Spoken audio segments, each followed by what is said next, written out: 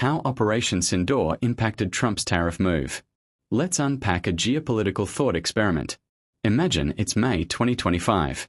Tensions in South Asia are at a boiling point. India launches Operation Sindoor, a swift, sharp military strike against terrorist camps inside Pakistan, following a deadly attack. The world nervously watches the two nuclear-armed powers, but a ceasefire is brokered within days, and the immediate crisis seems to cool down. Now, picture this. A few months later and an ocean away, a different kind of conflict heats up. The White House, hypothetically led by a newly returned President Donald Trump, launches a volley of steep economic tariffs aimed right at India. On the surface, these two events look completely unrelated. A regional military clash born from a terror attack, and a global trade dispute. But what if they weren't? What if a behind-the-scenes squabble over who gets the credit, a blunt public denial, and a bruised political ego created a straight line from a covert military mission to an all-out economic war? This is the story of how a hidden war over the narrative might not just accompany a trade war, it could trigger it. The 100-hour war. To get why this political firestorm could even happen, we have to rewind to the military one. In this scenario, on April 22, 2025, a terrorist attack in Pahalgam, in Indian-administered Jammu and Kashmir, kills 26 civilians. India quickly blames Pakistan-based militant groups, a charge Pakistan denies. The response from New Delhi is faster and fiercer than anything seen in years. On May 7th, India launches Operation Sindoor. It's a coordinated mission using missiles and combat drones to hit what India identifies as 9 terrorist training camps inside Pakistan and Pakistan-administered Kashmir. Indian officials are careful to frame the operation as focused, measured, and non-escalatory, stressing that no Pakistani military facilities were targeted, a claim Pakistan would dispute. The conflict, which some commentators might call the 100-hour war, is short but fierce, involving retaliatory strikes and drone battles. By May 10th, a ceasefire is in place. India declares its objectives met and states the ceasefire request came directly from Pakistan. In the aftermath, Indian leaders celebrate.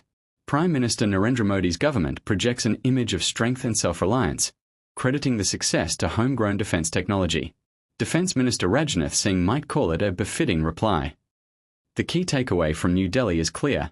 India acted alone and stopped on its own terms. That powerful assertion of strategic autonomy would soon be tested, not on the battlefield, but in the arena of global politics. The deal-maker's narrative. Fast forward a few months, and in our hypothetical scenario, President Trump starts to spin a very different story. True to his brand as the ultimate deal-maker, he begins to hint, then state, that it was his personal intervention that pulled the two countries back from the brink of a full-blown war. This wouldn't just be idle chatter. It would be a core part of his political messaging, designed to paint him as the indispensable global leader whose influence can stop wars. For Trump, the story of Operation Sindoor wouldn't be about Indian military might. It would be about American leverage. In this version of events, Washington is the quiet hero, the adult in the room who stepped in to prevent a disaster. This narrative is crucial because it's not just about the past, it's about the future.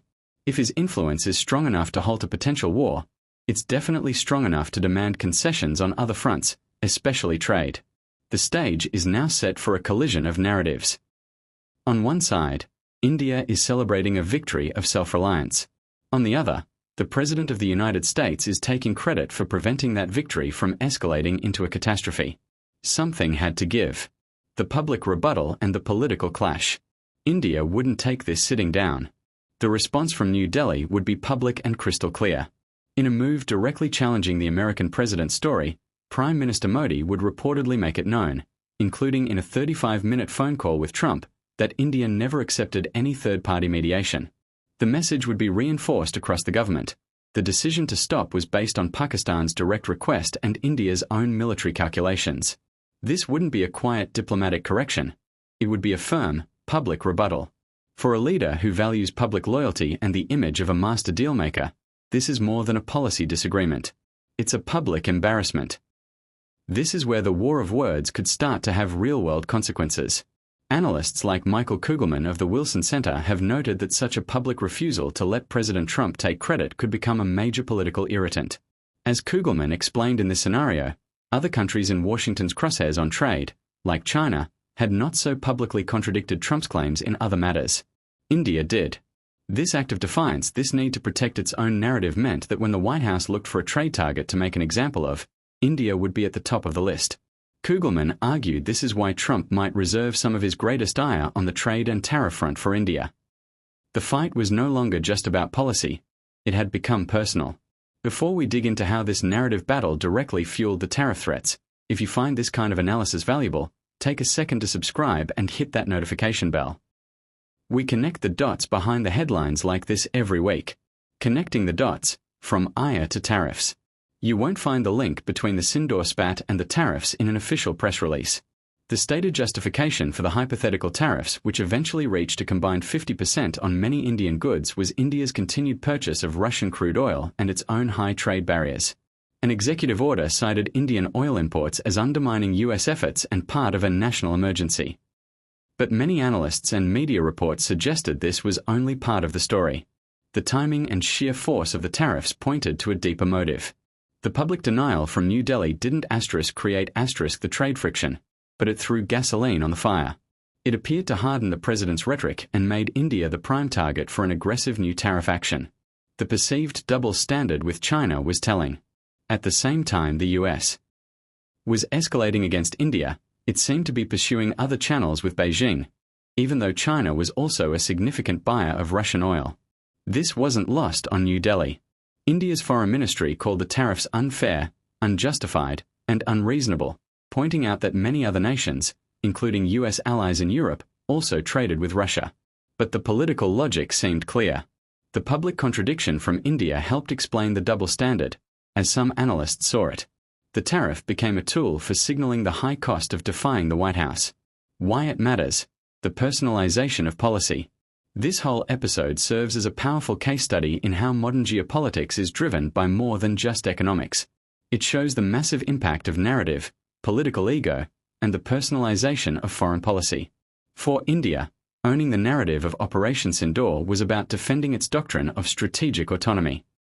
It was a declaration that New Delhi acts on its own security needs, not as a political prop for another world power. It was a matter of national pride, and Prime Minister Modi signaled he was ready to pay a very heavy price to protect India's core interests from foreign pressure. For a hypothetical Trump administration, the narrative was just as vital. Claiming to have brokered peace reinforces the president's brand as a strong leader. When that story was publicly challenged, the policy response became sharper and more punitive. The conflict wasn't just about rupees and dollars. It was about respect. The fallout could be described as one of the most serious crises in US-India relations in decades, poisoning the well for trade talks and making compromise politically toxic for both sides. It proves that in an age of social media diplomacy and personality-driven politics, a war of words can quickly become a war of economics. Conclusion. So, did Operation Sindoor cause the US tariffs on India in our scenario? It's not that simple. The official reasons India's trade with Russia and market access issues were real points of friction. However, the political narrative war that erupted afterward arguably changed the entire game.